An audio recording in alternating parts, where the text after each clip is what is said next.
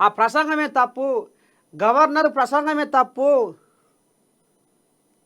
అది గవర్నర్ ప్రసంగం కాదు, గాంధీ భవన్లో కాంగ్రెస్ కార్యకర్తల ప్రెస్ మీట్ లెక్క ఉంది అనేది ఇప్పుడు కేటీ రాములు నిన్న ఆంబాయం వెళ్ళబోసుకుండు. కేటీ రాములు ఆంబాయం వెళ్ళబోసుకుండు.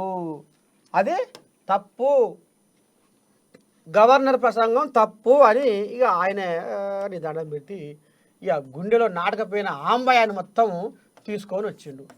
ఇక అయితే మరి ఇక ఇంట్లో షెడ్డో పడ్డో రేవంతం అయ్యా ఇక ఇది అయిపోయినాక మరి ఇప్పుడు మనం ఏం చేయాలి?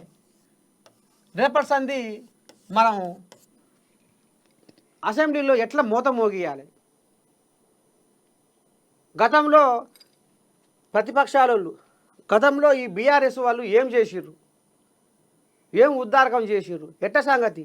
వాళ్ళు ఇప్పుడు మనం చేస్తున్న ఏదైతే ప్రజాపాలన, ప్రజా సంక్షేమాల మీద వాళ్ళు ఏ రకంగా మరి మనకు మచ్చ చూపిస్తారు, దాని మీద మనం ఎట్లా ఎదుర్కోవాలి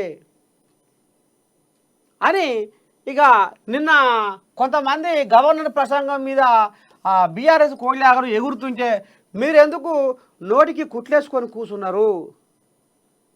ఎందుకు మీరు మాట్లాడతలేరు? అసెంబ్లీలో రేపటి సంధి అసెంబ్లీలో మీరు ఎట్లా ఉండాలి, ఏ రకంగా ఉండాలి,